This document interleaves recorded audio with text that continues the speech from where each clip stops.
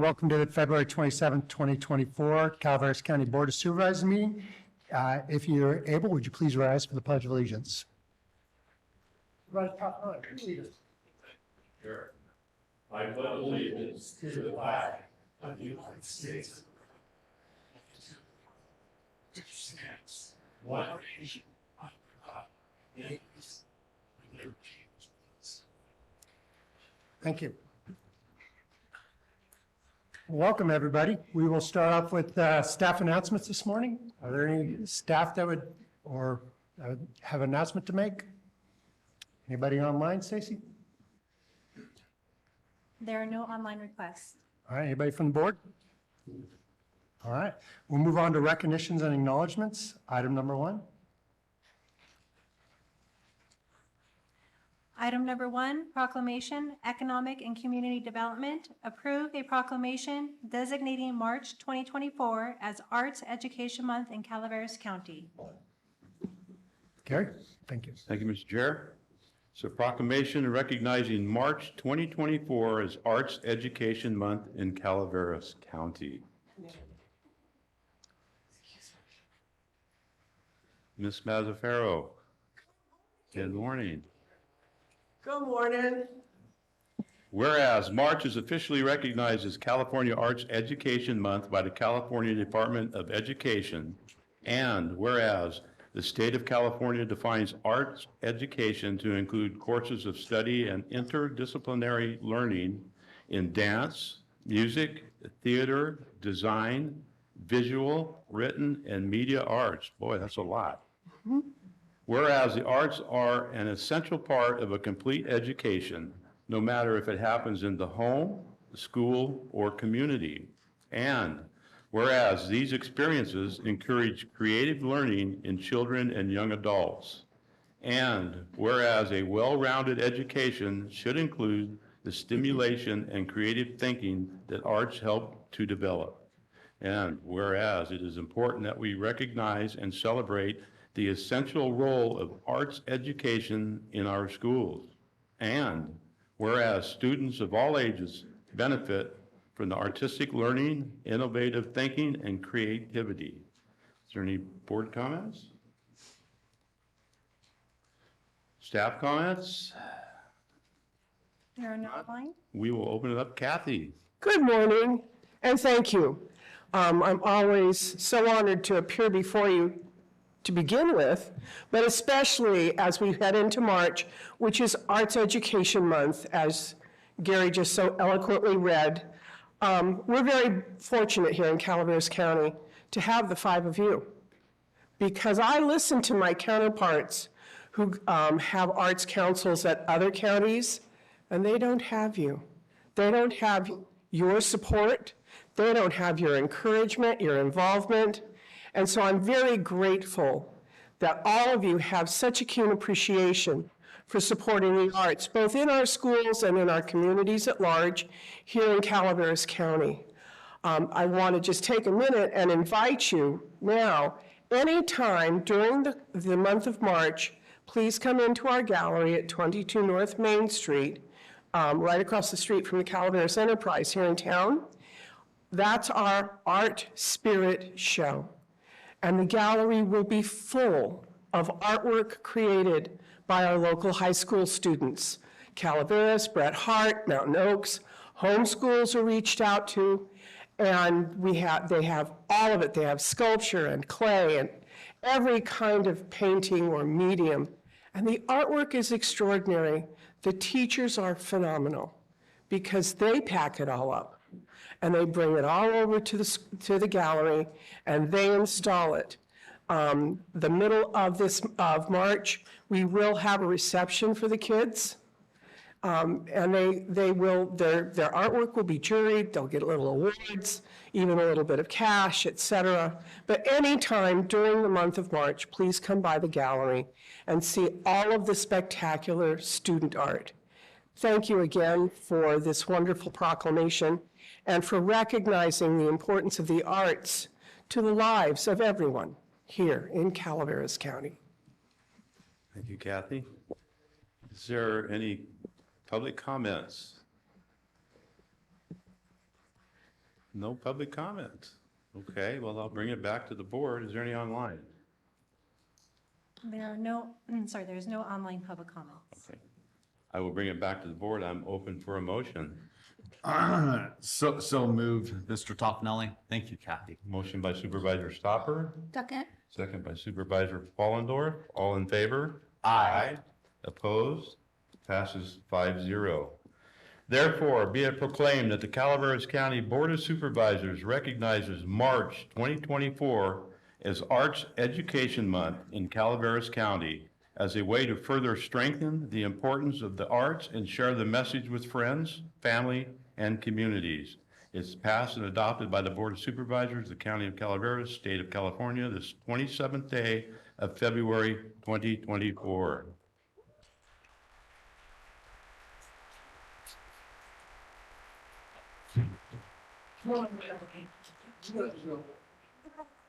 Yes, but I never assume. Things change too fast anymore.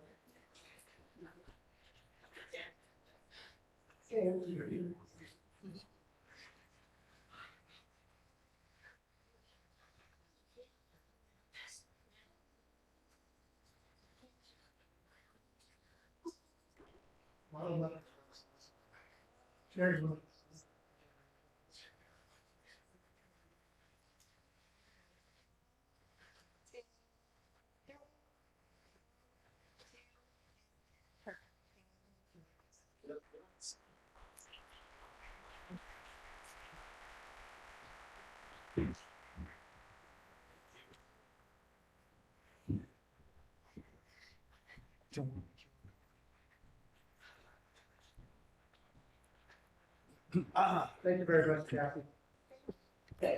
We'll move on to item number 2. Item 2, proclamation, Clerk of the Board of Supervisors, proclaim the month of February 2024 as Civil Grand Jury Awareness Month in Calaveras County. Thank you. I will hand the gavel over to Mr. Stopper. Thank you, Chair Garamendi.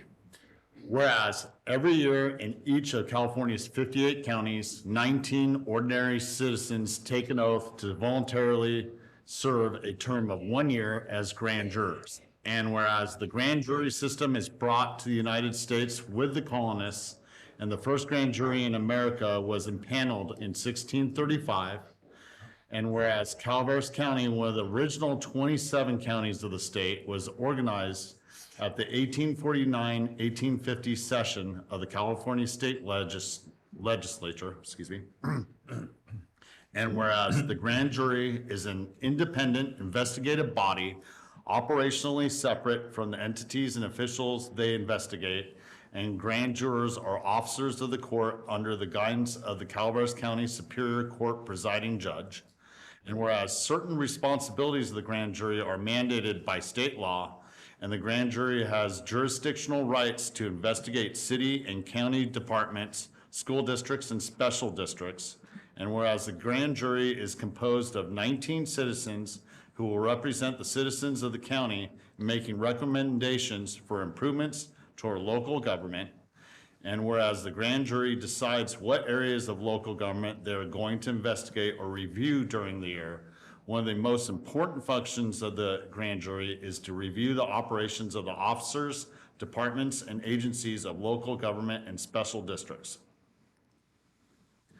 And whereas the grand jury receives and reviews complaints from citizens within the county, and whereas the grand jury investigative process may or may not result in reports, those fact-finding reports identify specific problems and provide recommendations for governmental improvement and/or identify commendations.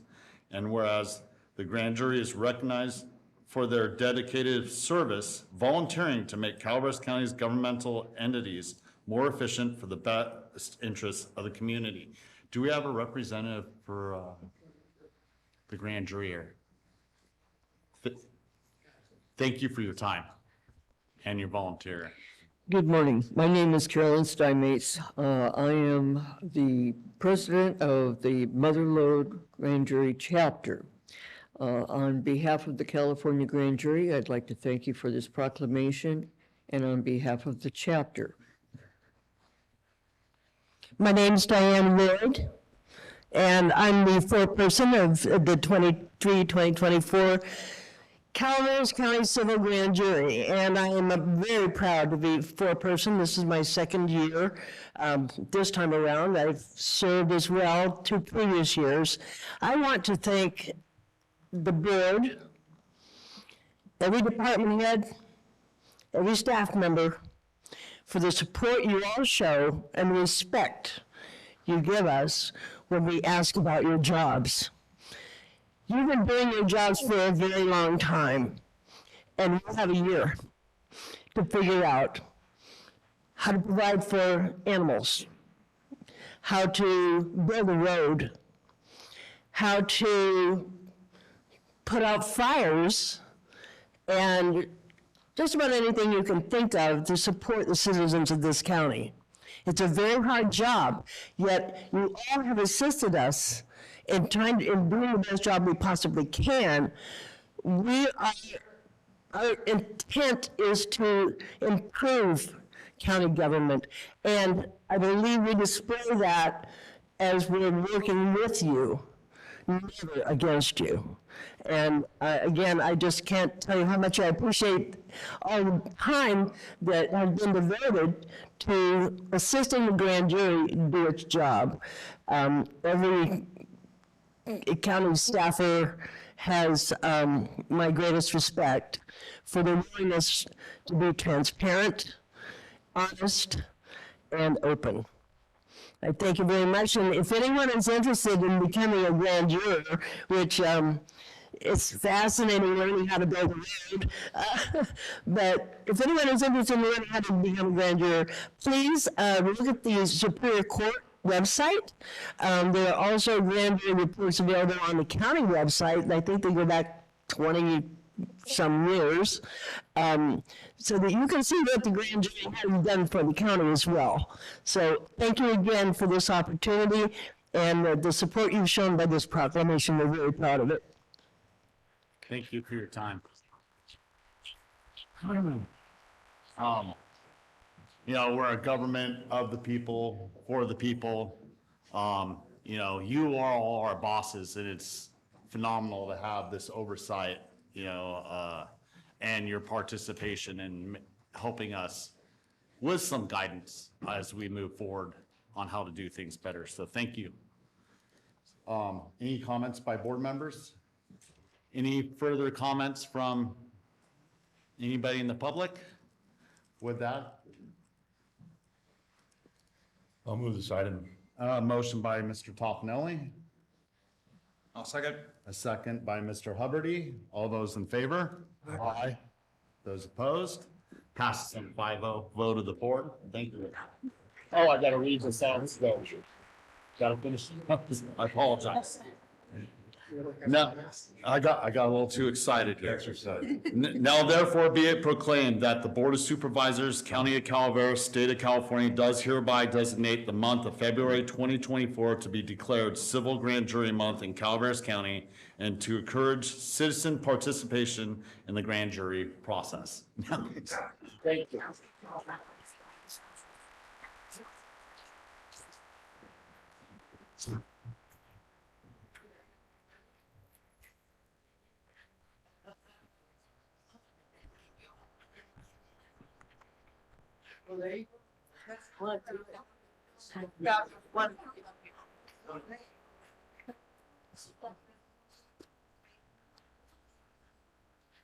You didn't know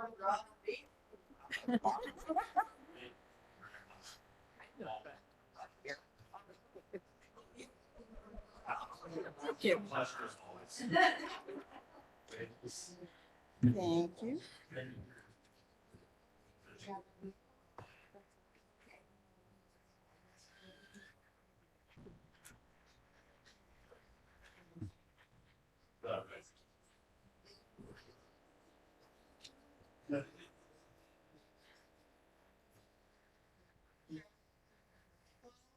Two, three.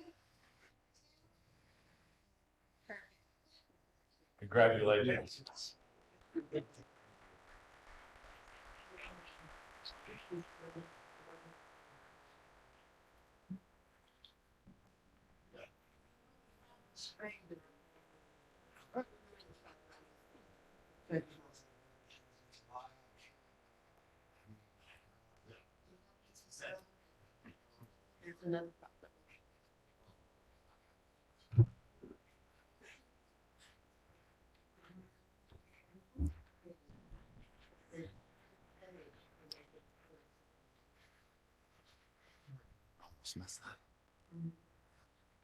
All right, thank you guys very much. Item number 3.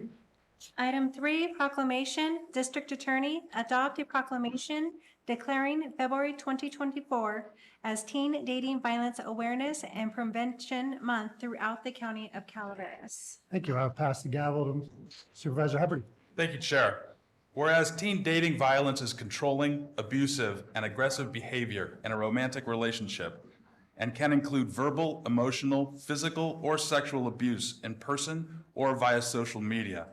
And whereas all genders can be victims and perpetrators of teen dating violence. And whereas according to the National Council on Crime and Delinquency Focus, 1 in 3 adolescent girls in the United States is a victim of physical, emotional, or verbal abuse from a dating partner, a figure that far exceeds victimization rates for other types of violence affecting youth. And whereas according to the National Resource Center on Domestic Violence, 3 in 4 parents have never talked to their children about this type of violence. And whereas high school students who experience teen dating violence are more likely to use drugs and alcohol, are at greater risk of suicide, and are much more likely to carry patterns of abuse into future relationships. And whereas victims of digital abuse and harassment are twice as likely to be physically abused, twice as likely to be psychologically abused, and 5 times as likely to be sexually coerced.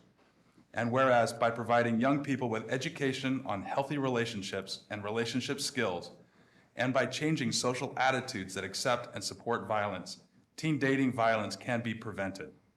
And whereas everyone has the right to a safe and healthy relationship and to be free from abuse. With that, do we have any comments from the public?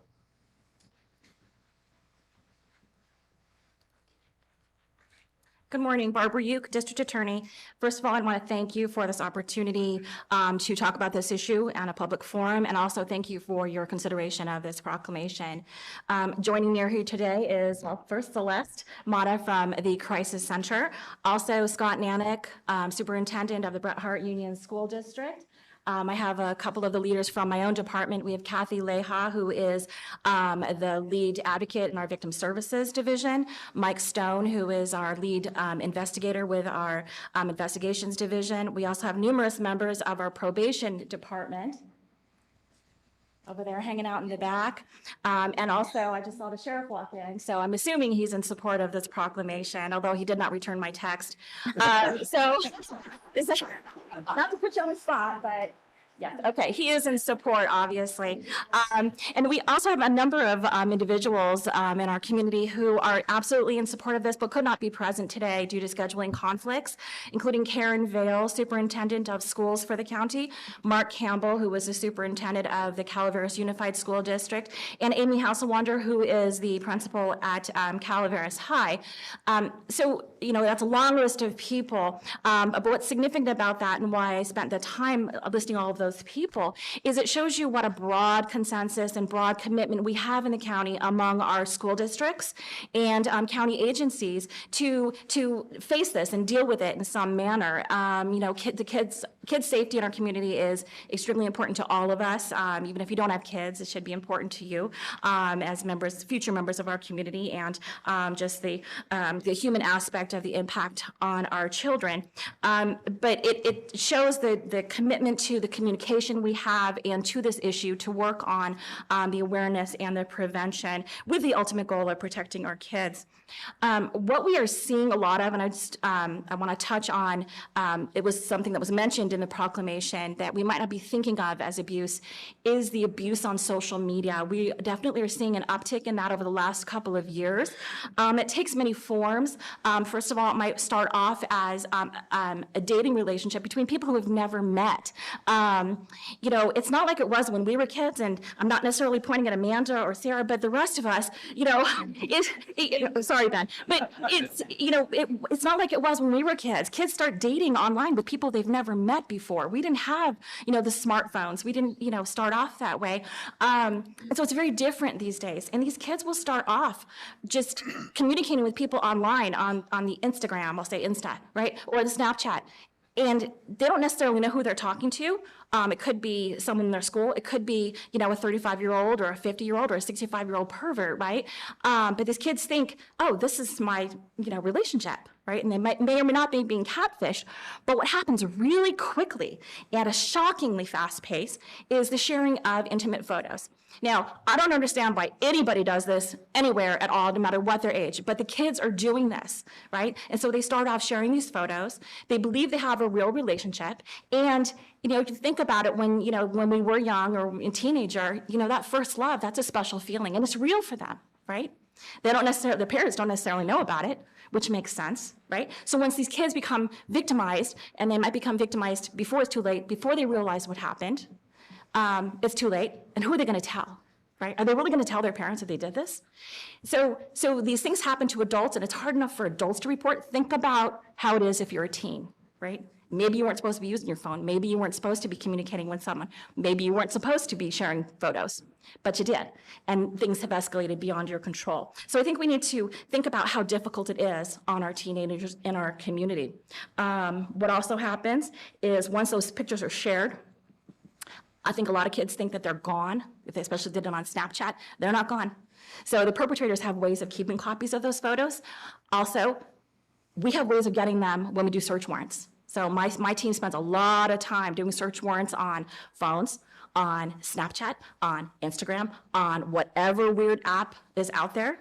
And we find those photos, we find those communications, and we build cases based on that. So the perception that I'm just sharing it with this one person, it's going to go away, is just not true. And now what we're seeing is an escalation of revenge porn and extortion. Hey, I got this picture of you. If you don't do X, Y, or Z, or give me money, I'm going to blast it out there, right? We're seeing this in our community right now.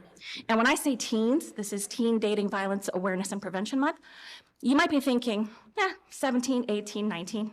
Sure. But also 13, okay? This is what we're seeing right now, okay? So again, this is a commitment with our schools, our county departments, to try to deal with this the best that we can. And we appreciate your support. Looks like Celeste might have a couple of things to say. All right. Yes, and my name is Celeste Mata. I'm the interim director of the Calaveras Crisis Center and the Calaveras Children's Advocacy Center. We both programs offer support to teens, and we are seeing an uptick also in teen dating violence from the ages of 13 to 17. This last year, we have had 8 victims of teen dating violence, 1 victim of pornography, 5 victims of stalking, and there's also 42 victims of teen bullying that's considered verbal, cyber, or physical bullying from the ages of 7 to 17. So some of the services that our center provides is support groups, peer counseling, professional counseling, and we also provide support accompaniment to the hospital or to court restraining order process. And we have an outreach, our community outreach and educators go into the schools. So we go into the schools here in Calaveras County, and they present the curricula for teen dating violence in the schools. They also started the younger grades with the anti-bullying and things like that, because that's where it starts, and that's where the parents need to start talking to the children about it. And as Barbara said, many of the parents don't even talk to their children about any kind of bullying or teen violence. So that's what we're doing. And the Children's Advocacy Center is a center that provides therapy for it. We do interviews there, forensic interviews, therapy, professional therapy, and resource and referral for victims of trauma. So I just wanted to invite the board, if you ever want to come to the Children's Advocacy Center, if you haven't been there, you are welcome to do that. Just get a hold of me at the Calaveras Crisis Center, and I'll make arrangements for you to go over there. I think you would really enjoy it. It's quite a place. Thank you. Thank you very much. Good morning, Scott Nanick, Superintendent Bret Harte Union High School District. And this issue touches our kids a lot, and our kids are much more fragile than I think we realize. My wellness department on campus has 5 full-time staff just to deal with the social and emotional issues of our students. So you throw this into the mix and it sends students over the top very quickly. So I want to praise you guys for this proclamation. It's highly important. It puts the conversation out there in the public and tells kids that it's important that we talk about this information. I think I plan on getting a copy, and it'll be posted in the room where we do our sex ed for our freshmen every year. So thank you. What is the student population at your high school? 600. 600. You have 5 full-time. Yeah. Crowd. Good morning. My name is Kathy Leha. I've been with the District Attorney's Office 18 years next month, and approximately 8 of those I've been the lead of our Victim Services Department. We handle and see crime victims of all types. As Barbara and Celeste talked, they discussed the statistics of our nation today in our domestic violence for teens. Teen dating violence is the form of intimate partner violence that occurs between 2 people in a close relationship. There's 4 types of physical. That's our physical violence, sexual violence, psychological aggression, and stalking. But let's talk about today's culture. Today's culture, our teens are reported spending 9 hours a day on social media. With that being said, we've seen a rise in our technology-facilitated abuse. Technology-facilitated abuse is a tactic of violence such as cyber stalking and non-consensual sharing of intimate images, such as revenge porn. These are just a few ways that are used to maintain power and control over another.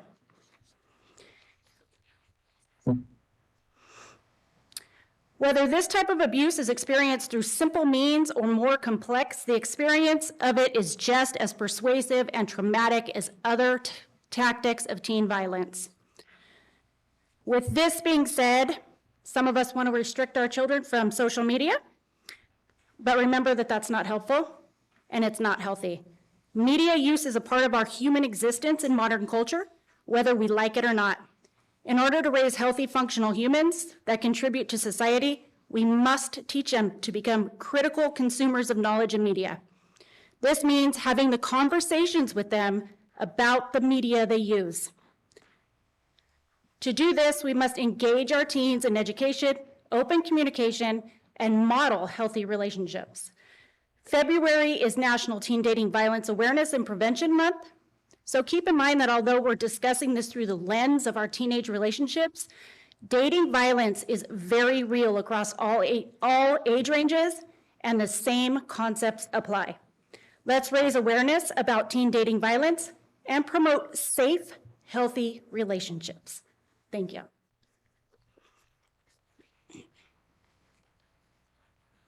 Good morning. I'm Mike Stone. I'm the lead investigator with the District Attorney's Office. In just this last year, and as recent as yesterday, I've written over 20 search warrants for cases where children, teenagers are being abused. Many of that is for social media and data, cell phones, and I've spent hours upon hours reviewing, message content between teenagers of the emotional and communication abuse, and tons of pictures and videos of the sexual and physical abuse that goes on. And in my experience, what I've seen is that these victims don't even realize that they're victims. These teenagers don't even realize what they're doing is wrong. I've spent hours tracking down victims that I've seen in social media, pictures, videos, where I've tracked them down. And when you speak to them, they don't even realize that they're victims. And so we need to build awareness of what is going on and make them aware that what they're doing is not okay. But at the same time, let them know that we're there to help them, we're there to support them and listen to them. We need to, just explain to them what they can do and how to be smart online, and how these things don't necessarily go away. So we need to invest in our youth, and I don't believe there's any better investment that we can make. Thank you.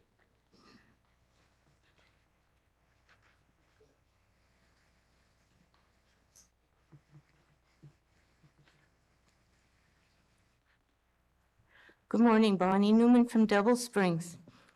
I met my abuser when I was 15.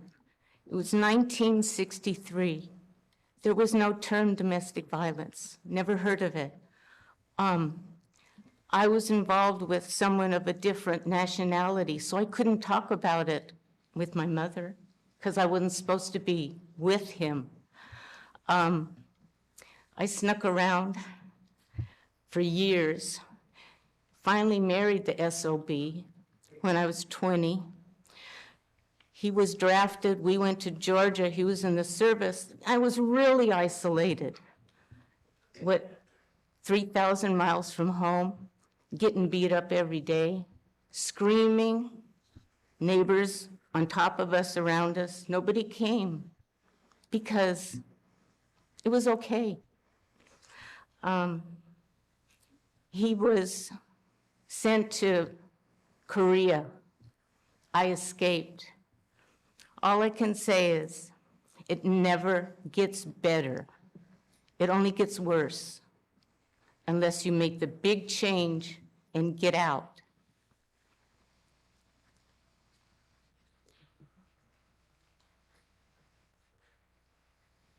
Good morning, board members. Sheriff DiBasilio, how's everybody doing today? You look chipper. I'll talk a little bit about when I was a school resource officer from 2004 to 2008. Facebook wasn't a thing back then. Instagram, Snapchat wasn't, but we had MySpace. And believe it or not, back then, even with MySpace, it was a huge, huge issue. I'm not going to go over everything that these other folks already talked about. You guys get the gist of it. But I'm proud to be a part of you folks making this awareness for our teens, because it's very important, because a lot of them, as they have said, they don't understand their victims until it's too late. And then it's hard for them to step up to the plate to say, hey, mom or dad, this is what's going on. So we see it a lot. We see it in our adults with domestic violence even. So I appreciate what you folks are doing. Thank you. Seeing no other further comment, is there any comment online? There are no public comments online. Thank you. I'll bring it back to the board. If I may, I have a daughter that's 15 now, and everything going on these days, and even in the past, scares the heck out of me. And it's not just they aren't aware that they're victims. Sometimes with the disconnect on social media, people don't realize they're perpetrators and how they're doing things because of the disconnect. That what they're fully doing is wrong, and there's a realization there that they need to learn also that you can't talk and be the instigator of these issues at the same time. And that's a conversation we have with our kids, because we've been on the receiving end, and I've heard her talk on social media, and I tell her, look, that's not a good way to talk to people, and that can be considered, a bad thing also. So just with that, I just want to say that, it's a motion. I motion. You move. I move. I'll second. Thank you, Chair. With that, therefore. We need to take a vote. Oh, all in favor? Aye. Thank you. Now therefore be it proclaimed February 2024 Teen Dating Violence Awareness and Prevention Month throughout the County of Calaveras. The Board of Supervisors urges all citizens, agencies, and educators to promote awareness about teen dating violence and to work towards ending teen dating violence by empowering young people to develop healthier relationships and assisting victims in assessing the information and supportive services they need. Thank you.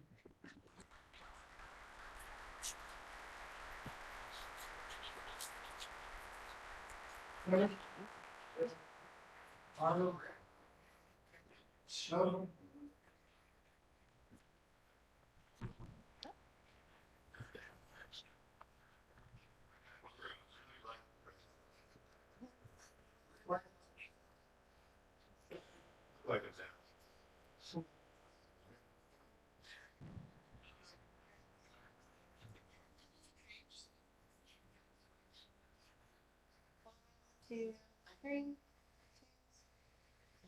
Thank you.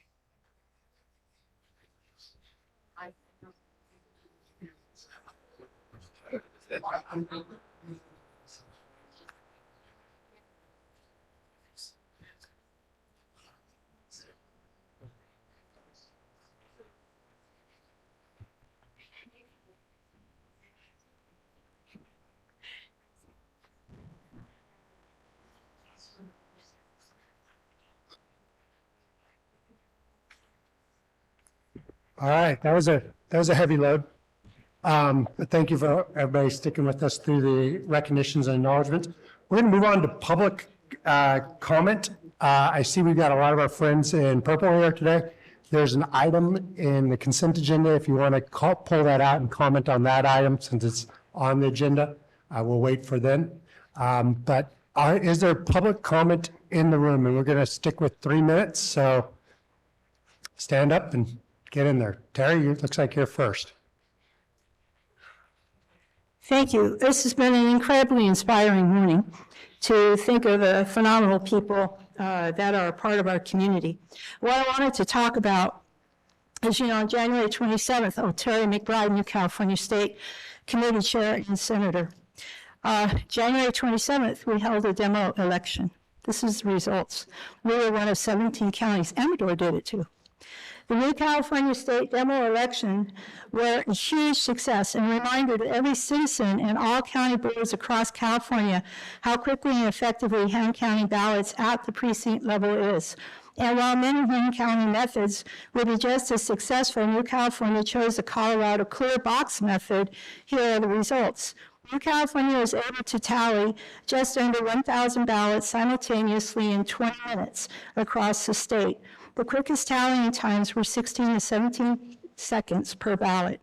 Using the Colorado method, if we double the tallying time to 32 seconds per ballot, each 1,200 voter precinct could have those 1,200 ballots tallied simultaneously in less than 3 hours. After the last voter has cast their vote and the entire state's results will be posted on election night, in other words, same-day results. We're kind of missing it, aren't we?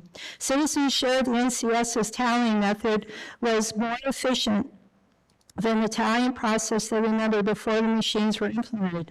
And with clear ballot boxes and an observation and tallying method, the voters experienced a completely transparent election from start to finish. No part of the election process was hidden from the voters. All California state county boards need to recognize that the elections belong to the citizens, not county officials, and certainly not state or federal entities. The citizens demand that the control of their elections be returned and that hand counting in small precincts be reinstated immediately. How much money each county will save by removing electronics from our voting system is astounding. Return our elections back to the we the people. And I want to tell you that I talked to a lot of folks that came. We had a pretty doggone good turnout, actually, and folks I didn't even know. They saw a vote here and they stopped their truck and came in. Well, we need proof of residency. I don't have anything. Do you have your car registration? I sure do. They go out and get it. I had one person that had been walking by, saw a vote here sign, and they were walking. Somebody gave them a ride home so they could get their PG&E bill. People want to vote in person. People don't even know what we're voting about. You know what we're voting about? We're voting about voting in person, showing your ID, one-day voting, being a citizen. These are important to the people of this state and surely of this county. And so I'm asking you to see about going back to paper ballots. Get rid of these machines. Thank you. Thank you. Other public comment in the room? All right. Oh, Al? Thank you, Al Sedano, Taxpayer Association.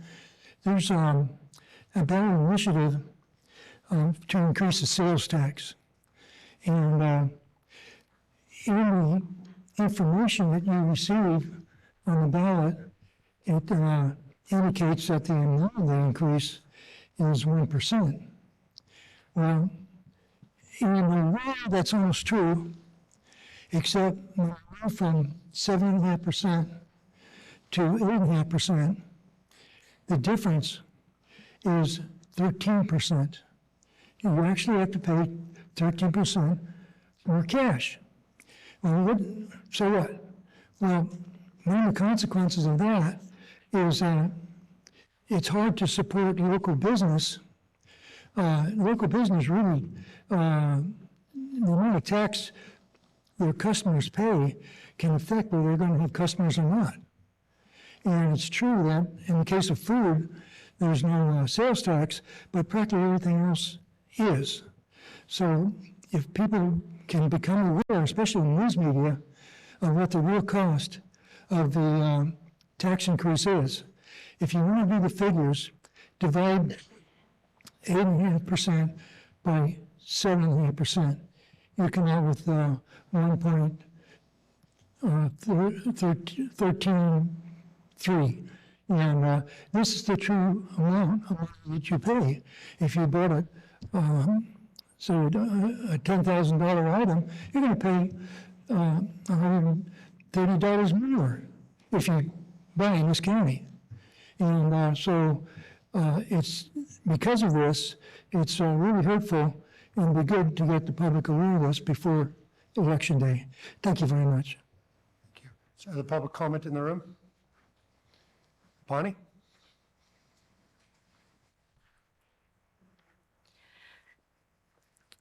Bonnie from Double Springs. 20 years ago, I'm not going to talk about a contract. I'm going to talk about the union that failed. 20 years ago, we organized in Calaveras County home care workers and negotiated a contract in 2005, which gave us $1 an hour increase. 2 years later, we negotiated our second contract, which gave us $2 an hour above minimum wage increase.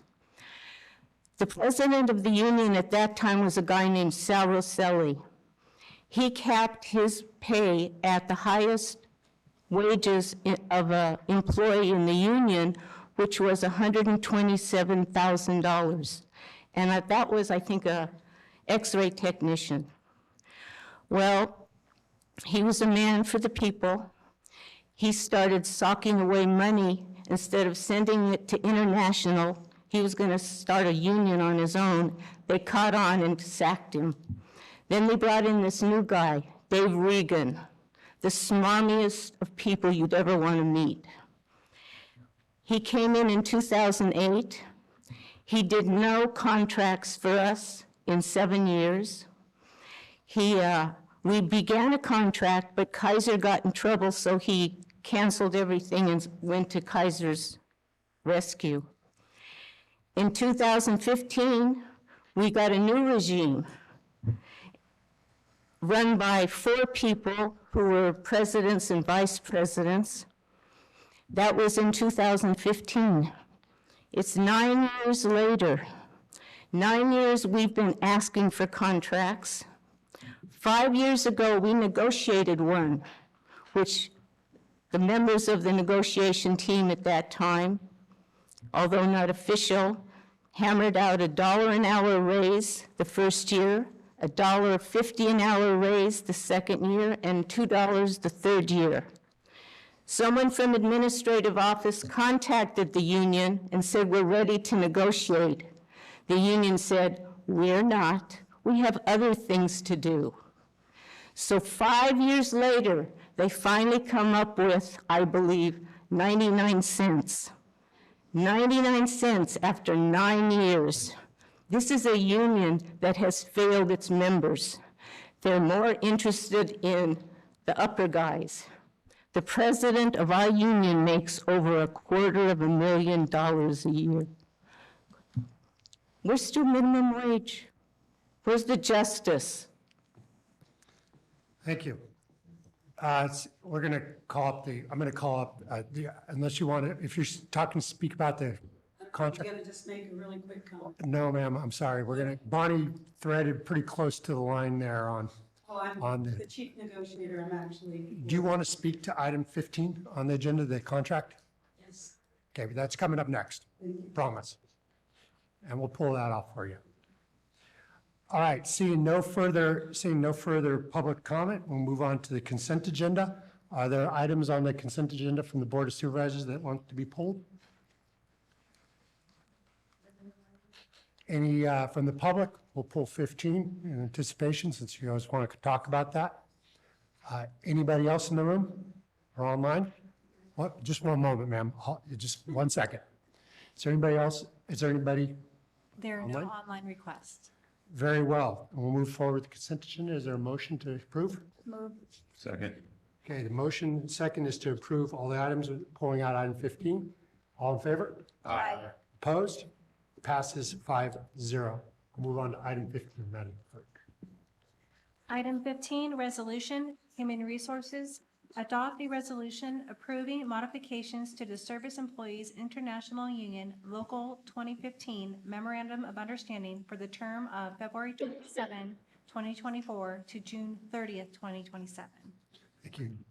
Judy, do you have anything you want to add to this? Or Nick? Good morning, Board. Nick Marvin, Senior HR Analyst with the Human Resources Division here for Calaveras County, and we were planning on pulling it as well. Just wanted to pull it for discussion for the union to come up and have their chance to speak as well. I would just like to take this opportunity to thank SEIU 2015 for the collaboration with the negotiations, as well as the board for all of your help with this, and the bargaining team from HHSA.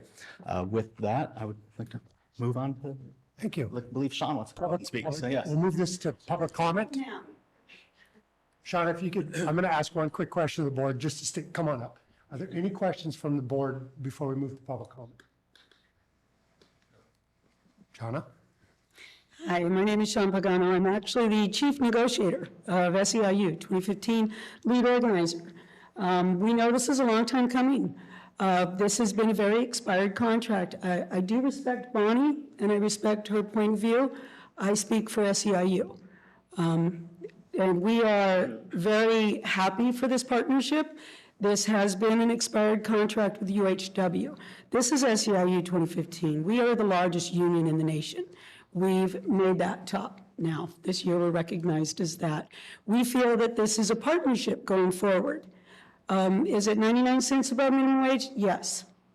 These are care providers, and they're care providers that take care of their loved ones and care providers that take care of your loved ones. We feel that we're satisfied because of the fact that this is a partnership going forward. SEIU is proud of the partnership with the county going forward. We know this is a step in the very first contract for SEIU 2015. Myself, my bargaining team, who is present, they're very proud of their accomplishment. They look forward in being more present in this county, and they look forward to a partnership going forward. And as the economy goes, hey, who knows? But we are happy to be a partner now with Calaveras County. And I want to thank Nick for working with us.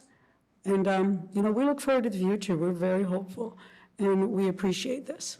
Thank you. Thank you. We appreciate the work that all your members do. Are there other comments? Anybody else? You guys all showed up. Bonnie, you got 3 minutes. Pardon? You have 3 minutes. Thank you. What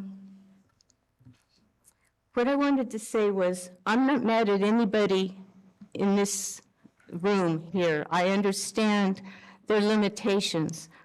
What I'm mostly concerned about is the years of promises and the direction that this union might be heading in. We have absorbed an agenda that was shoved down our throats. It's called a justice agenda. For the past 9 years, instead of focusing on updating expired contracts, the union has been trying to change the world. Immigration, housing, the environment, all worthy things, but where has the home care worker been? We've been forking over our peon dues for 9 years to a union that's barely stepping up. You're right, it's a start, but I'm so disappointed. I quit paying dues about 5 years ago when the wages of the president went up to $240,000 a year. I couldn't stomach it. I've been on the negotiating team. I've been on all the contracts. And suddenly, I couldn't do it anymore. It wasn't the union. Yeah, I'm going to be a union person. It wasn't what I thought. This is a corporate entity where the highest people have gotten raise after raise after raise. When us peon workers continue to plug away, making noise, we get shut down. I was not allowed to be on their e-board because I had a big mouth. So that just tells you the kind of organization that's being run. I called it a racketeering organization. I stand by that. I think they are. I think they do exploit the little people for their own benefit. Thank you for your time. Bonnie, other public comment, sir? Have 3 minutes. Thank you. First off, I'd like to thank my negotiating team. It was definitely an experience getting to know some of you and the negotiating, the Board of Supervisors a little bit. I thank you for your patience and working with us. A couple months ago, I came up here, spoke for the first time publicly about me and my son and the path that we're on. And from what I understand, that touched everybody in the room, and I appreciate that. Appreciate the hard work that you all do, both for the county and for our union, and I'm looking forward to the next few years of work and seeing where we end up. And thank you. Thank you. Okay. All right, seeing no further public comment, I'll bring it back to the board. Supervisor Stopper? You know, this is definitely a different type of negotiation than we're used to. The state controls what we can do, but then we make a vote on it. So they set forth certain things we can and can't do, and you know, it's outside the normal scope of what we're used to working on. That said, stay organized, stay on top of it, continue year to year, and you continue to benefit yourself in the best way as you move forward. You all deserve more than you get, and you know, for your type of service, and I wish it was within our power to do more for you. But thank you for getting organized and getting it done. Now we could have taken the first step towards benefiting you more as you move forward. With that, I have a motion. Supervisor Hubbard? I'll second. We have a motion, a second. I want to echo Supervisor Stopper's comments that I'm glad that we got this done. It's a long time coming. I think I speak on behalf of the board. We value what you do, and we understand it in our community and the important role it plays in keeping our community whole. And thank you very much for the work. I'm glad we were able to get this done. We have a motion and a second. There are further comments from the board? I'll call the vote. All in favor? Aye. Opposed? Passes 5-0. Thank you guys very much.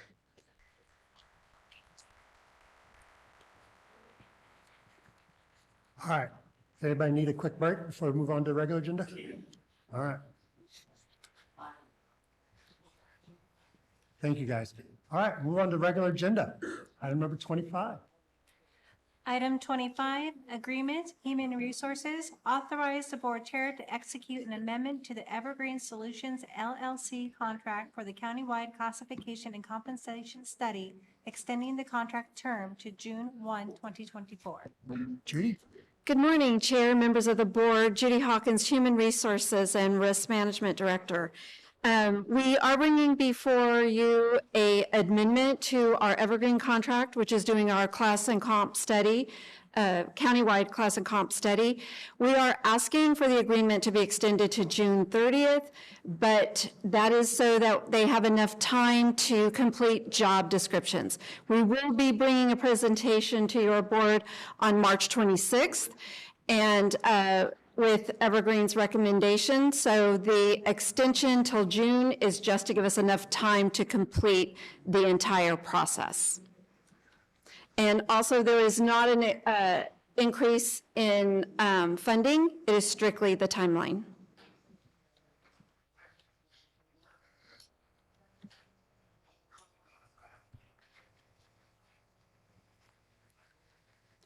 Is there any public comment on this item? Is there any public comment online? There's no online public comment. Very well, seeking a.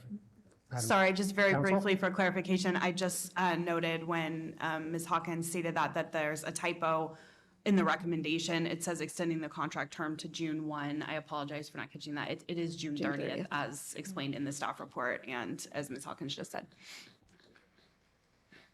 So it's in the resolution. Yes, the contract itself has the right dates. It's just in the line. Gotcha. All right. Seeing no public comment, is there a motion? Move. So moved by Supervisor Follendorf. Is there a second? Second. Second by Supervisor Stopper. All in favor? Aye. Passes 5-0. Thank you very Thank much. you. Judy. Item 26.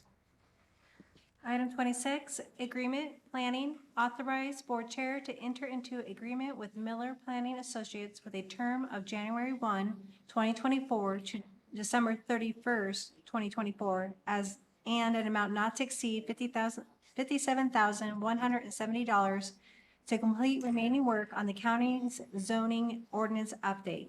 Receive brief progress update from the planning department. Thank you very much. Gabriel, is this your item? 26?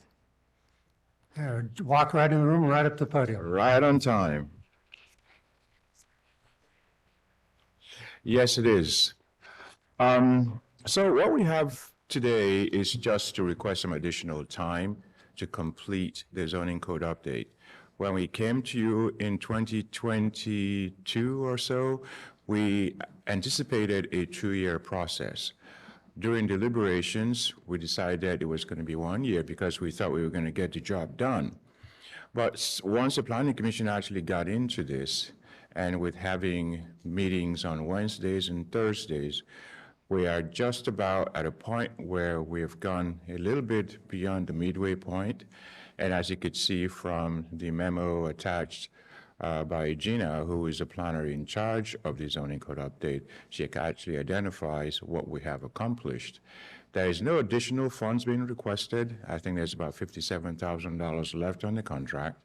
It's the only thing is the contract expired at the end of 2023, so this extension allows us to carry the work forward. Questions from the board? Supervisor Faulkner. Just to clarify, there is, it's already been budgeted, so there's no additional funds that are being proposed. Absolutely, It's just yes. timeline like the last one. It's just a timeline. It's a timeline issue. Okay. Other questions, Supervisor Toughnot? Is this going to be enough time? Are we going to get this thing to the planning commission this year and then to the board? Because it just keeps dragging on and dragging on. I know the amount's not increasing, but Yeah.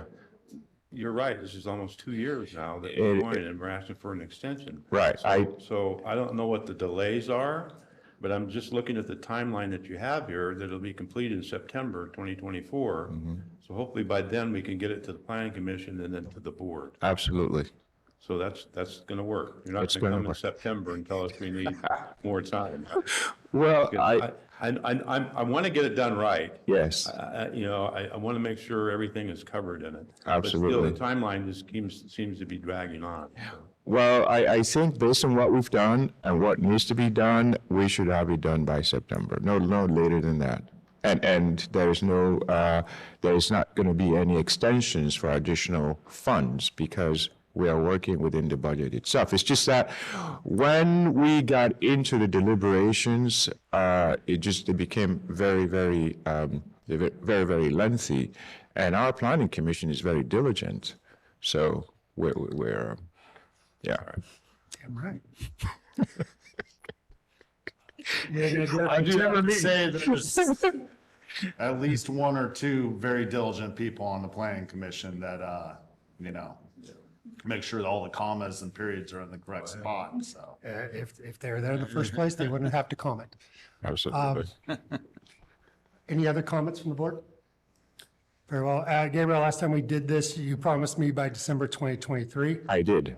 I've got a few months left in this job. I would really like to finish this up this year. So bring it to the Plan Commission in September. I'd like to have it for the board. It will be done. We're going to have a lot of comments and thoughts on it as well. Absolutely. The only one more detail oriented than my planning commissioner is perhaps me. Thank you. So any public comment on this item?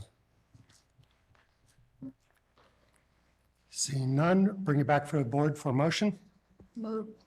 Moved by Supervisor Fallenberg. Is there a second? Second by Supervisor Toffenelli.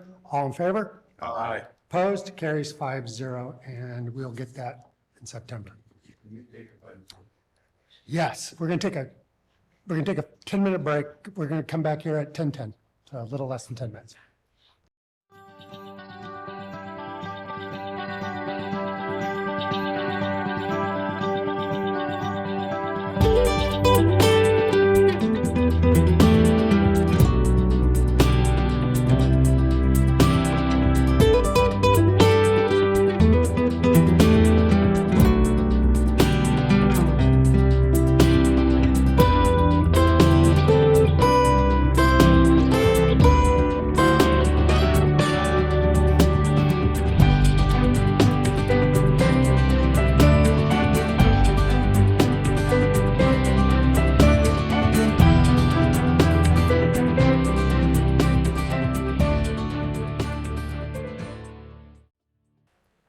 All right, welcome back to the Board of Supervisors meeting. We are on item 27. Stacy? Item 27, action item, Administrative Office. 1, receive the fiscal year 23-24 mid-year budget presentation. 2, approve the mid-year budget adjustments included in attachments A and B. And 3, approve the mid-year capital request included as attachment C. Requires a 4/5 affirmative vote of the board. Thank you. Marcos? Good morning, Chair, members of the board. Marcos Munoz, Assistant County Administrative Officer. Today, we're here to present the mid-year report for the 23-24 budget. All right, our agenda today is to first go over where we stand in mid-year. So that portion will be a little numbers heavy, but then we will get into what's actually in this report in terms of what requests are in it. And then from there, we will dive into looking for a little bit of direction on the 24-25 budget process. So, all right, so where are we at mid-year? So as of December 31st, we are, well, first let's go back to what our budget was. Our budget was approved, our operating funds at just under $240 million. Of that, the general fund had $81 million in appropriations and about 72.5 in revenue. So at final budget, we also had a $2.5 million structural deficit. We did budget contingencies at $1.8 million, which is above the policy minimum, as well as our reserve account is at just under $5.4 million, which is at the policy minimum. So as of December 31st, but first, before I jump into it, I do want to point out one thing. When you look at the total on the revenues, it does slightly vary from what's on the previous slide, and the same as with the expenditures. I just want to point out the difference. The difference is this slide contains TOT, as well as any adjustments that may have occurred since final budget. So for example, when somebody brings to the board a grant that was received, let's say it was for, I believe the sheriff brought one for $30,000, the revenue and the expenditures are added into the budget, and that's what that adjustment line represents. And we keep TOT in a special revenue fund, and so it wasn't rolled up in the previous number. So that is what the difference is between the total on this slide versus the totals on the previous one. And so with that, at mid-year, we are coming in at 45.6% total of revenue. We are slightly under that 50% mark. We tend to receive more revenue in the second half of the year. For example, when I look at my fines, forfeitures, and penalties lines, it shows us at 11.77%. But that's also where our TETR revenue comes in, and TETR is budgeted at 1.4 million, and we tend to see that in June, and so that's why that number is lower. Additionally, we don't see PG&E franchise fees until the second half of the year, so that's also dropping the license permits and franchise fees to 29%. But overall, we are at 45.6%. In the last few fiscal years, we've been in the same ballpark, about 47%. So we're in line with where we have been in past years on our revenue.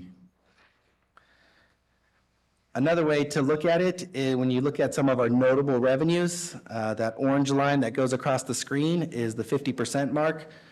So in looking at property taxes and property taxes were coming in at 58.73%.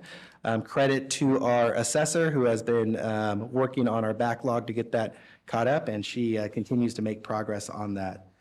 When it comes to sales tax and Prop 172, those are slightly below the 50% mark. Prop 172 is also based on sales tax, and so that's why you see those trending about the same amount.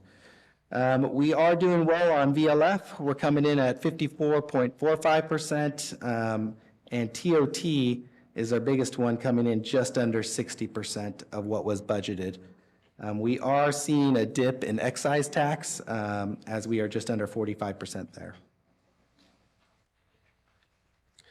So comparison to prior year, how is our revenues looking compared to last year? When we look at the bottom line in the bottom right corner, we are up just under 4% compared to last year. So dollar for dollar, our revenues at this point in time have come in higher than last year.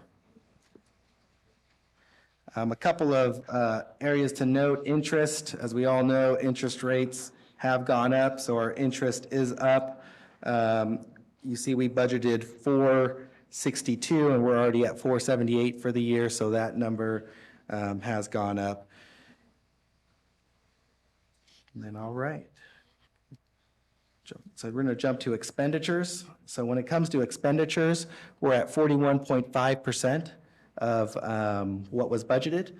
And so if you look at salaries and benefits and services and supplies, we're right on 44% or just above.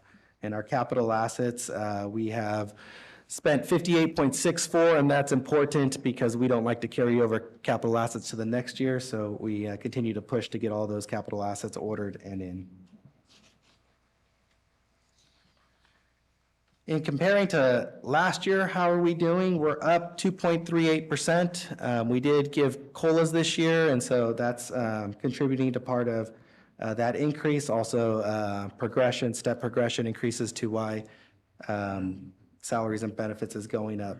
Services and supplies is up. It looks like it's up 11% over last year. It doesn't look like it. It is up 10.96%. Overall, we did see increases in our services and supplies when we budgeted.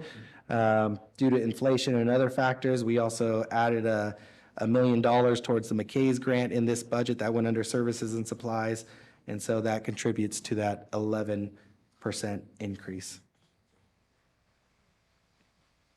Overall, when you look at the numbers compared to last year, we are up less than 1%.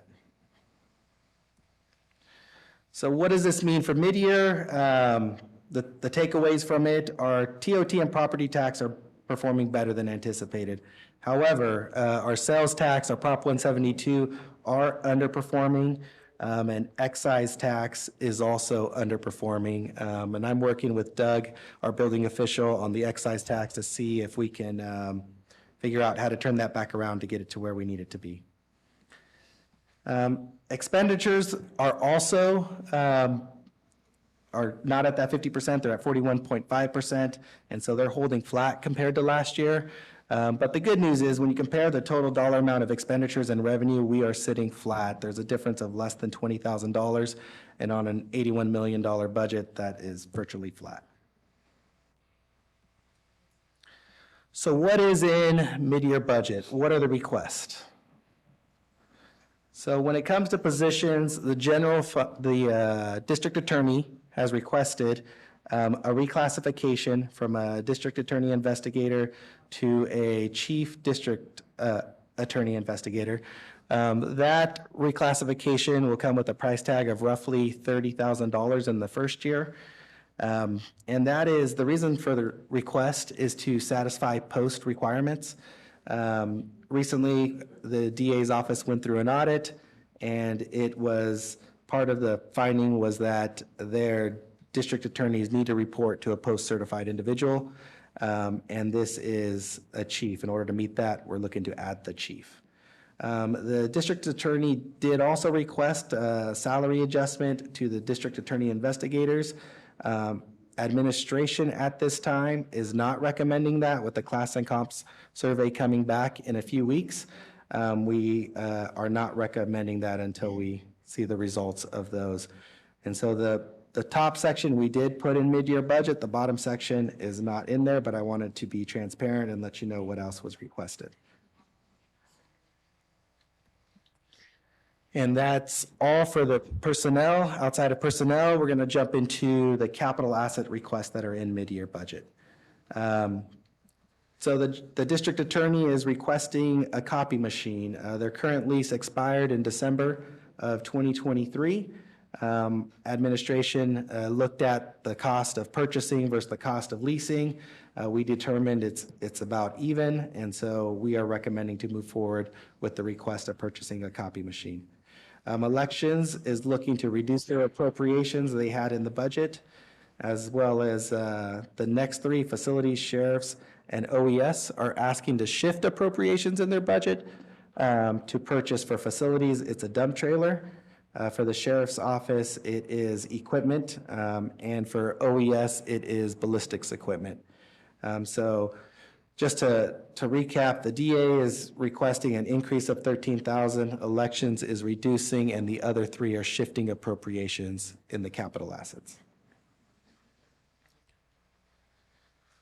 When I move over to non-general fund, integrated waste is requesting the purchase of a tire derimmer.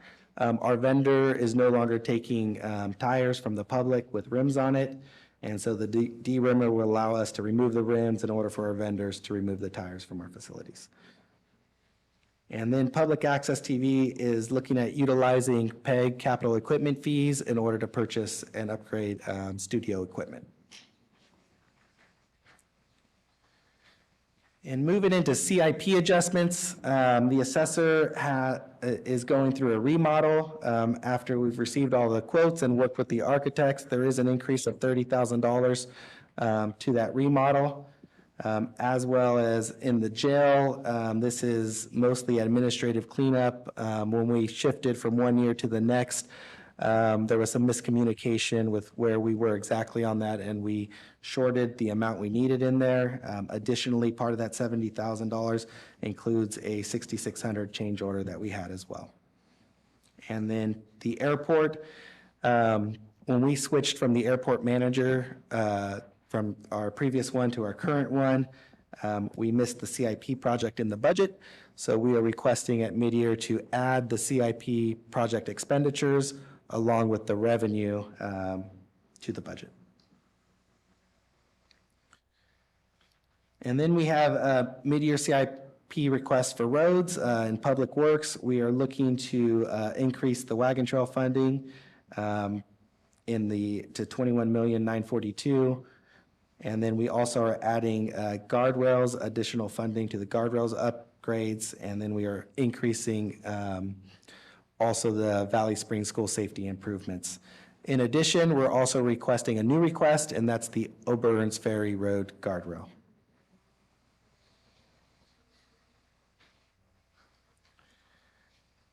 So moving on to what else is in the budget. So that covers CIPs, that covers capital requests and personnel. We also have a few other things that are listed in this budget. Back in, I believe it was the fall, we bargained with a couple of unions regarding the incentive pay. Well, all of those adjustments related to that are in this budget. We needed to make sure the money was going to the correct places, as well as There were two individuals that, for timing reasons, they were in one union, transferred to another, and they were missed, and so those two individuals were added into this budget as well. And then I'm not going to go through all of them, but I'm just going to highlight some of the requests that are in the budget. We have, and I'm just trying to catch up to my notes. We are increasing interest, as we saw on the previous slide. We've already exceeded our budgeted amount for interest, so we increased it by $100,000, which is very conservative. We also, which I'm going to ask for directions in a few slides here, we're reducing the project cost of the winter storms that occurred by $1.9 million. So as we have it in this budget, we have it returning to capital. Again, I'll be asking for a little more direction on that in a few slides here.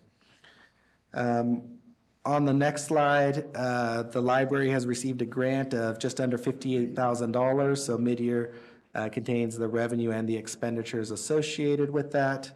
Animal Service is asking for a draw at mid-year in the amount of $84,000, and that's to cover extra hire costs, an increase in overtime, and increase in vet costs. As we go through it, we've also, one thing to note, I want to point out the building department here. The building department is putting a reduction in their revenue, a sizable reduction of $763,000. They are offsetting that with their building special revenue fund of just under $500,000, and they're also, from vacant positions, have salary savings of another $200,000 that are helping to offset that reduction. And then planning department also, they had a grant in here that the revenue was received in the prior year, and so we had to take that out. They did reduce expenditures as well, but it still resulted in a net draw of $56,000. In the non-general fund area, we do have a couple of things as well. We have PATVs requesting $23,000. Again, that's using those PEG fees. We also have a deposit into the PG&E settlement fund of $103,000, and that's coming back from the fairgrounds and their project. And then we have mental health, and just to point out, this mental health this year is the first year they've started a new billing process with the state. Whereas before they were reimbursed as soon as they sent claims up, they would get reimbursed within a month. Now it's a different process. Now they send everything up, including the match, and have to wait for the state to review it. And that new process in this year is taking much longer than anticipated. And so they are backfilling their revenue with special revenue funds until this whole process gets sorted out and the money comes back more timely. They are not losing any money, it's just being held for a longer time at the state level. And the same is happening with substance abuse as well. The billing amounts, yes, have gone up with the new mandates. It's just now they're trying to audit it before they send it back, before they would send it back and audit. Yes, correct. And then the road department also has some increases in their budget, as well as one thing I do want to point out, the rim set aside. So the board approved a few years back, $2.25 million to be placed in a reserve account for Wagon Trail Phase 2. So in mid-year budget, we are reserving that amount so that it is visible in the budget. So if you're to look at the budget, you can clearly identify that's what it was reserved for. So we are making that adjustment because right now when you look at the budget, it's not clear that's reserved. And so that is also in the budget that we're just reserving that amount. And so those are the requests that are in mid-year budget.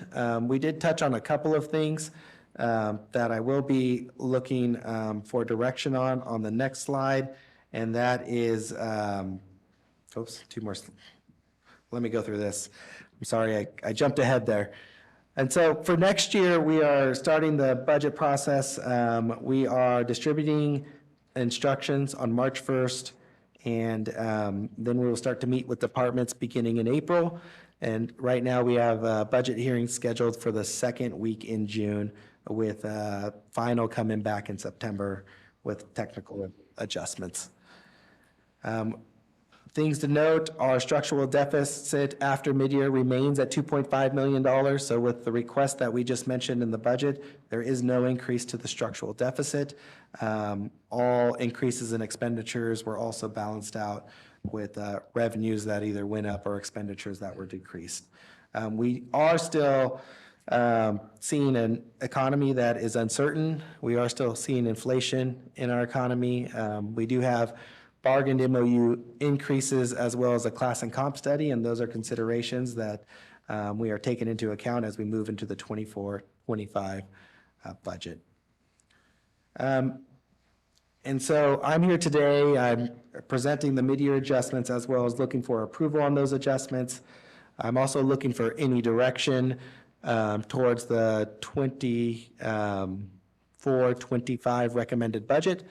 Two specific things that I am looking for direction on are the PG&E settlement contingencies and the disaster funding. So the disaster funding, as I mentioned in the previous slide, is we have $1.9 million coming back currently in mid-year budget because we had to put it somewhere. We have it returning to capital. But I'm looking to see if the board has any other direction for that 1.9. Just options off of the top of my head are it can go back to capital. It can go into a disaster account where we cash flow if we are to see any other disasters in this county. But there are, the board could direct any other option. Those are just a couple off the top of my head that I can think of. Additionally, I'm looking for the PG&E settlement money. So we, the board, authorized through December 31st of 2023, the expenditures related to the settlement funding. As of right now, with the reimbursement of the $103,000, there's $1.3 sitting there. This is separate from the $1 million that is set aside for audit related to that account. And I have the same questions that I do with the disaster funding. We can leave it in the PG&E account, we can move it to capital, we can move it into a disaster, or we can utilize it for something else. I'm looking for direction on how we should move with those two items. Yeah. All right. Let's go to questions. I'm sorry, Marcus, did you have more? The following one is just the acknowledgement slide. I just want to thank the Board of Supervisors and the auditors, IT, the CEO staff, as well as Human Resources and all the departments and their fiscal staff that participated in this. So, thank you. Supervisor Stopper, you get your light on first? I'll just start with a few small things. First of all, thank the staff and everyone for the work we've gotten to this point. You know, the reduction in structural deficit's significant. It's been a thing ever since I got on this board. It's something for us to work on, and within the last year and a half, 2 years, we've seen that difference. And I appreciate all the good work, top to bottom, that it took to get us there, because it takes some innovative thinking. That said, I'm all for the DA getting the $13,000 copy machine. One thought about that, working with other entities, is those things can be problematic. So is there a guarantee, a warranty with that, so that service is, if we buy it, is the service as good as the lease service? And with things like that, because once you have a problem with one of those type of machines, it's like half the price to fix it.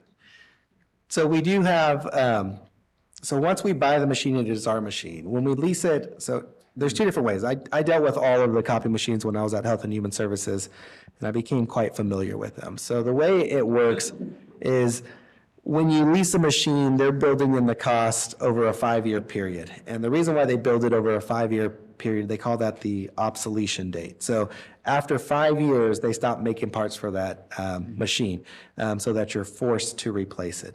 When you purchase it, there are still those parts on the market, and so I have seen, you can tend to get about 7 years out of it. However, you do run the risk if it does break down before that 5 years, that you're looking to replace it sooner.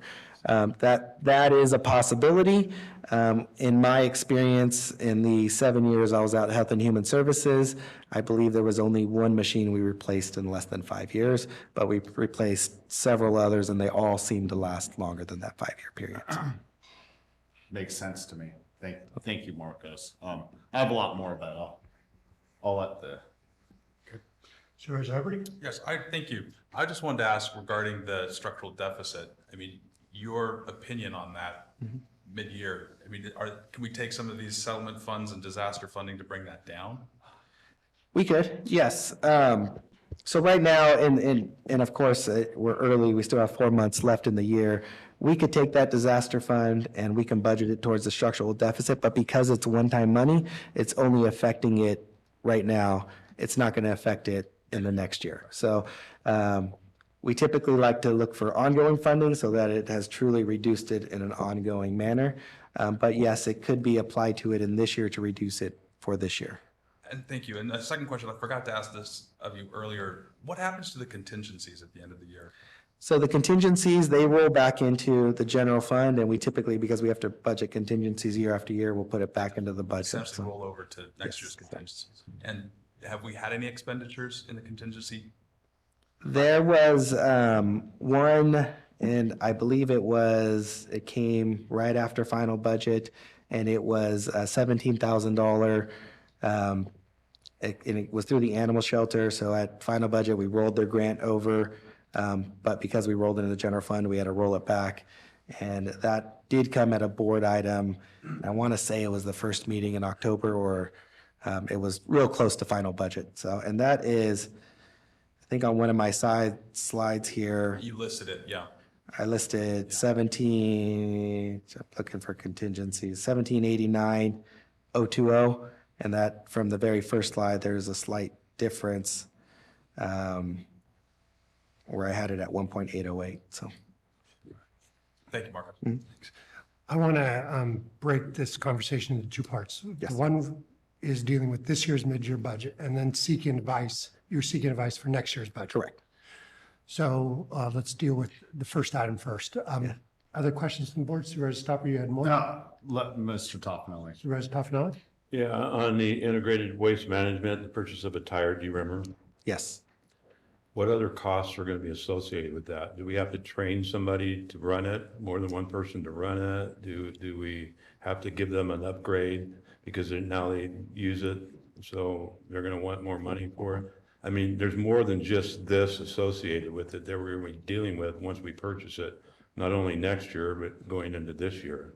Do we have those costs spread out? I do not have the cost of the maintenance, because yes, there will be maintenance. We will have to, it will be a new piece of equipment that we have that we will have to train the staff on. It is not anticipated that they will need an increase for using the equipment. But there are going to be maintenance costs. I do not have the maintenance cost of the machine.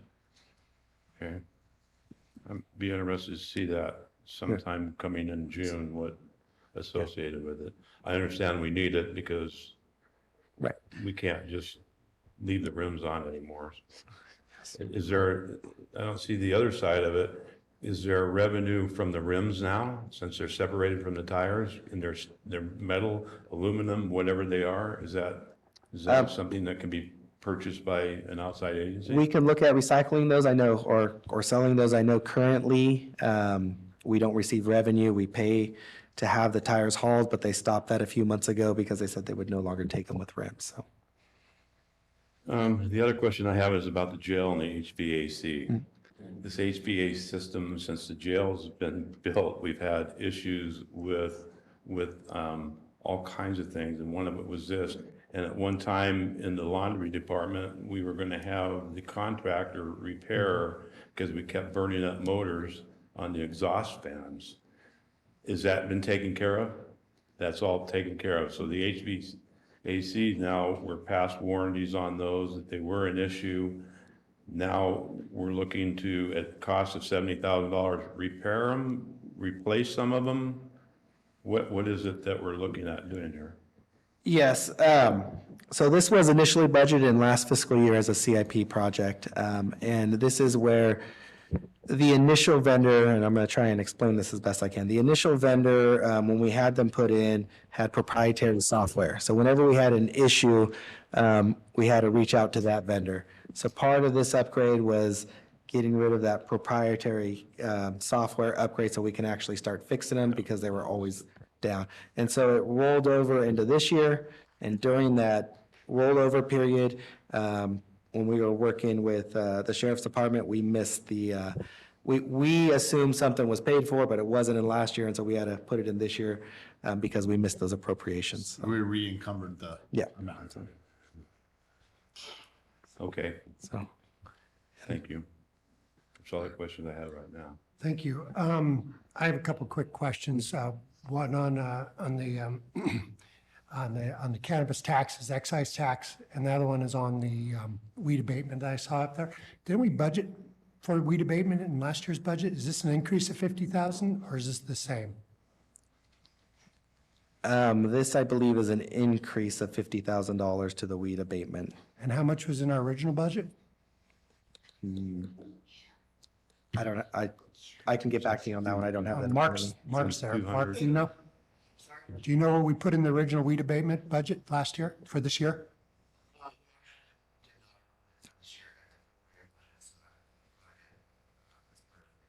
So we missed it. Yeah, come on up, Mark. Sorry, it was overlooked as part of the preliminary budget process. We didn't have the specifics on the amounts that we would need for the chemicals for the program. We were still working on collecting that at preliminary budget, so we included it at the mid-year. Our machine working? Are we gonna be able to do it this year? We actually just picked up our new rig from the vendor about 2 weeks ago. The chemicals were delivered yesterday. Our staff is being trained this week for the spray application for the new rig. And so we're going to send out a press release probably in the next couple weeks. All right. Thank you. Second one is on our excise tax, which is considerably down. Any Yes, explanation? our excise tax is currently at 44%. We budgeted 3.2. At this rate, we're trending for 2.8. We've had a couple of permits drop off. We've seen some regulations at the state change, which essentially the greenhouses are now considered exterior, which reduces the tax level on them. And then we've also seen some permits actually reduce their size of their canopies, which also has impacted the amount. So no one item is driving it down. It's just been numerous things that I've hit that have driven that down. And you think it's gonna come back up in the spring? We are watching it closely. Doug and I are working on it and watching it closely. Thank you. We'll take the first item first, which is the budget for this year. Is there any public comment on this item? Any online? There are no online public comments. All right, I'll bring it back to the board. We are here to approve mid-year budget adjustments as presented by staff. Any questions, comments, or motion? The rim set aside.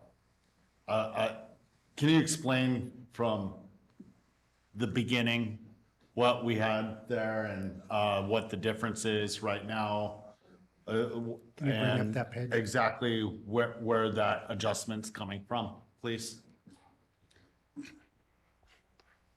So the 2.25 million that's there for the rim set aside, that's actually a local match that was part of a Caltrans cooperative agreement. So your board approved the co-op agreement for Wagon Trail Phase 2 for the initial design phase of that work.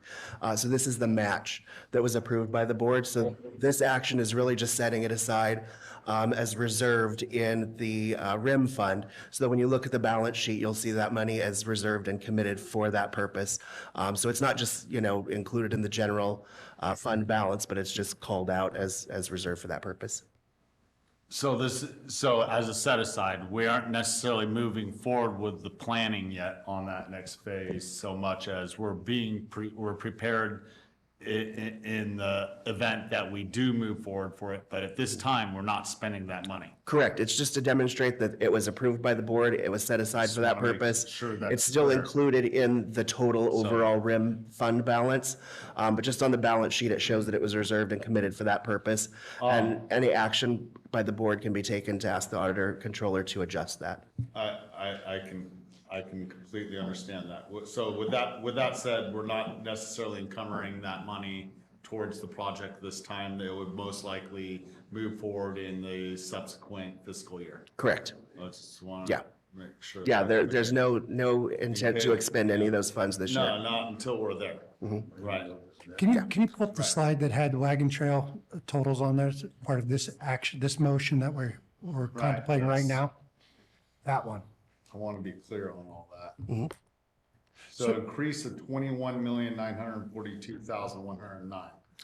I think that's increase two, not increase up. So the majority of that funding is shop funding. And I'm going to be perfectly honest, I have, as many have, struggled with the county's budgeting system for the number of years that we've been using it. I did put in the shop funding. It did not save in that system. So the shop funding actually included a proposed budget was zero. So this adjustment, the majority of that is to include the original 10 million of shop that we had, and then the 14 million that was recently approved by the CTC and Caltrans. But then, of course, that $10 million had less prior year's expenditures, so it was like 7. I can look up the exact numbers for you. Thank you for the clarity. Yeah. It's a book. Right, yeah, no, it's. Yeah, it did not save in the budget system, the shop funding, during the preliminary budget, but we had other budget appropriations in that budget unit, so we didn't feel like it was necessary to, do an emergency item or anything. We just adjusted it as part of mid-year. Other questions or a motion to approve the budget as presented by staff for mid-year? Someone's got to make a motion. Moved by Supervisor Follendorf. Second. Second by Supervisor Toffenali. All in favor? Aye.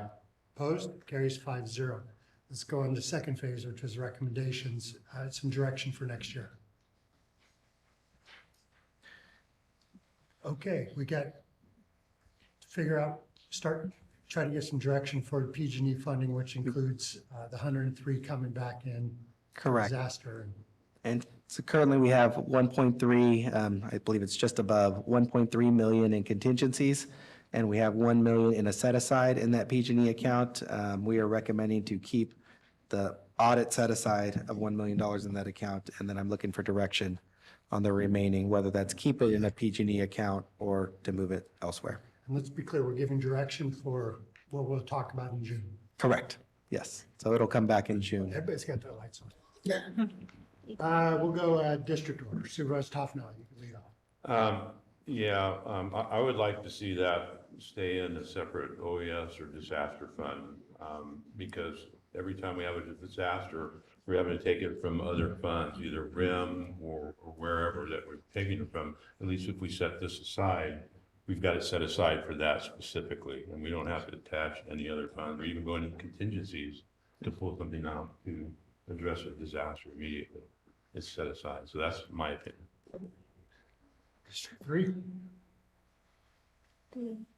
District 3, good. I'm 4. Sorry. Three over there. Pardon? 3. You tried to mow. I just wanted to ask, I want to clarify that you're saying take both the contingency from the PG&E settlement and the disaster funding to. 1.3 plus the 103. It's the 103 is included in the 1.3. So 1.3. Got it. That was disaster fund. Yeah. Plus. Thank you. Supervisor Follendorf? I agree with Gay. I think it's not a matter of if, it's going to be a matter of when. I think for years the county has had to pull from other funding mechanisms within and end up handcuffing on other projects or other needs.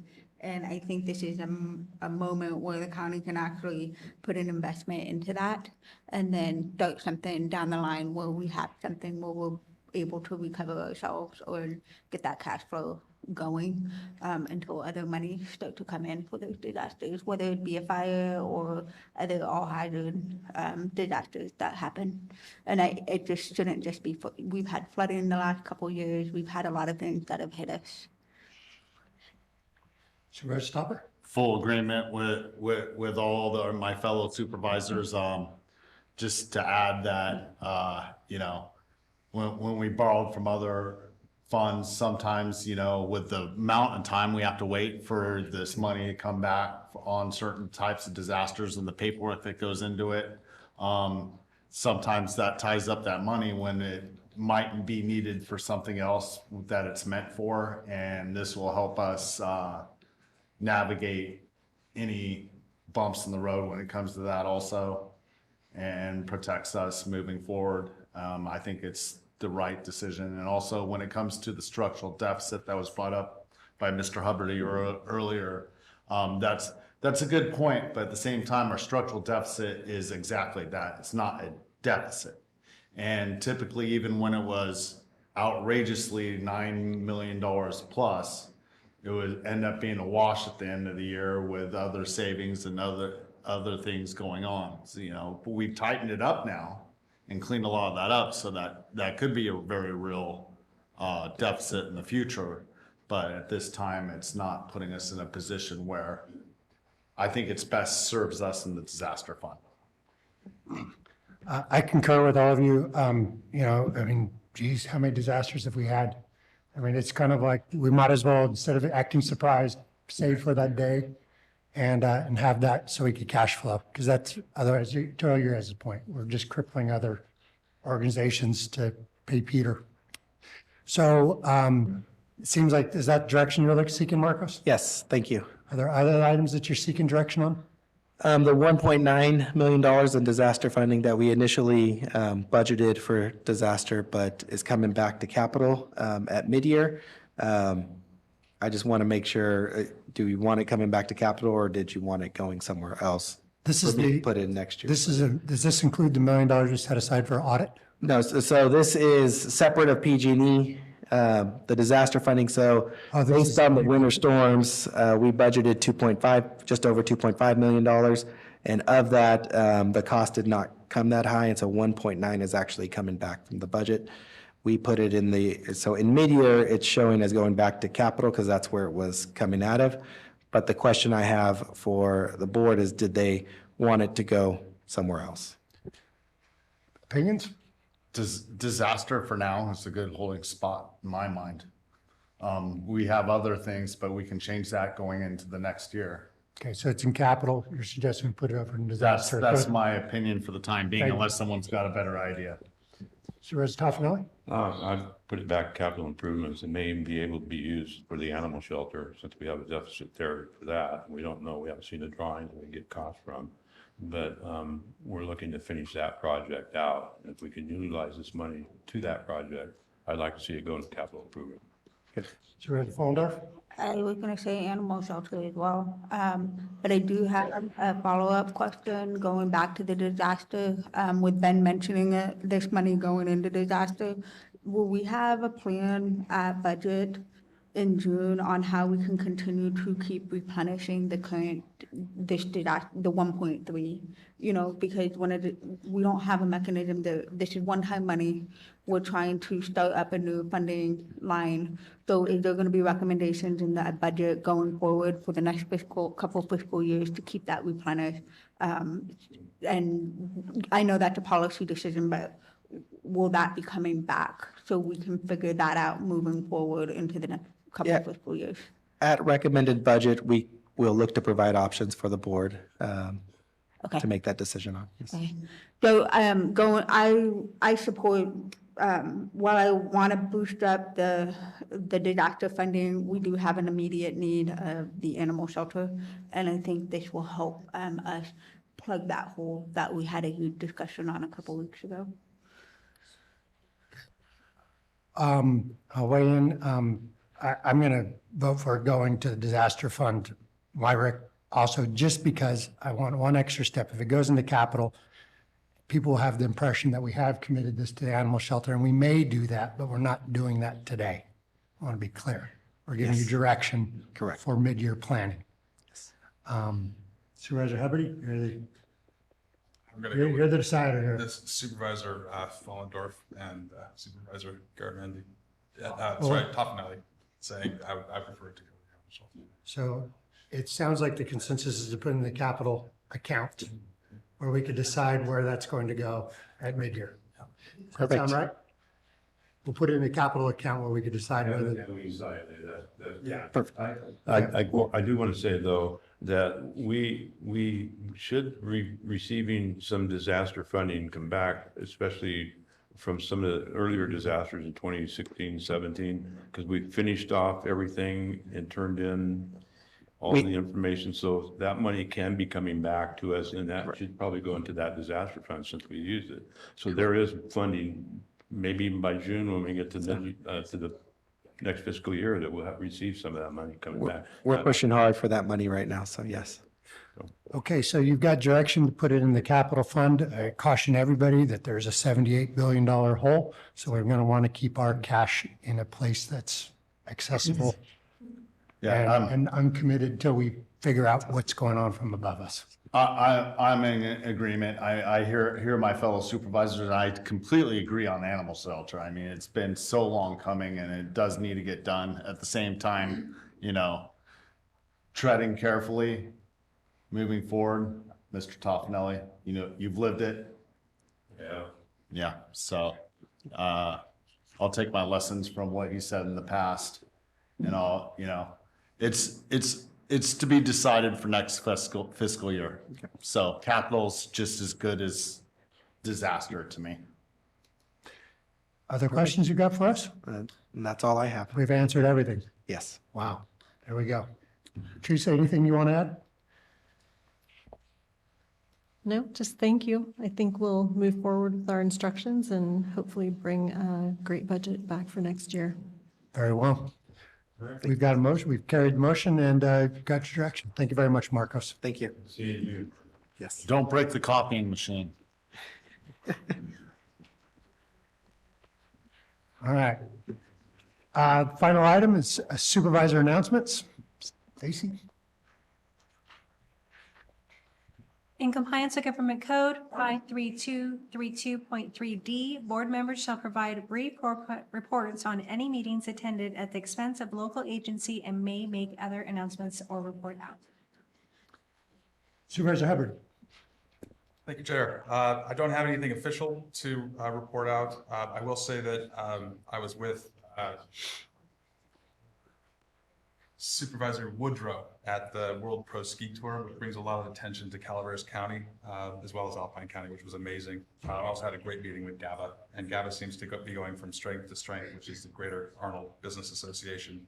I really wanted to also just give a shout out to Mark. Thank you very much for your help in getting the Burn Buddies signed. Mark helped tremendously get that contract with Bill Cooper, which is going to help a lot of our elderly constituents in the Upper Highway 4 corridor get rid of the berms. So that was one of the major concerns from last year, and we really haven't seen a need for it so much this year, but if that's something that can go on perennially, I would really appreciate it. Thank you. Thank you. Supervisor Pollendorf. Nothing to report. Supervisor Toffanelli. I have nothing to report. Thank you. Supervisor Stopper. Quickly attended a solid waste, or not the solid waste task force, the hardwood advisory committee. Our document's been kicked back to us because of some legal things we have to deal with, and just hoping to navigate through that and get it back to this board, the planning commission and the board as soon as possible. It's kind of on the same road as our map. So. I have nothing to report. CEO Hitchcock. I have nothing to report at this time. County Council. All right, anything from the clerk? No, Very well. We will be moving into closed session. If you could read that in, and then we'll adjourn. of course. Item 28, pursuant to Government Code 54957B1, Public Employee Annual Performance Evaluation, Title, County Executive Officer. Item 29, pursuant to Government Code 54956.9D2, Conference with Legal Counsel, re-anticipated litigation, one case, significant exposure to litigation. Thank you. Are there any public comments on those, either of those two items? Seeing none, we will report out on closed session at our next regularly scheduled meeting. Thank you very much and have a good day. This meeting is adjourned.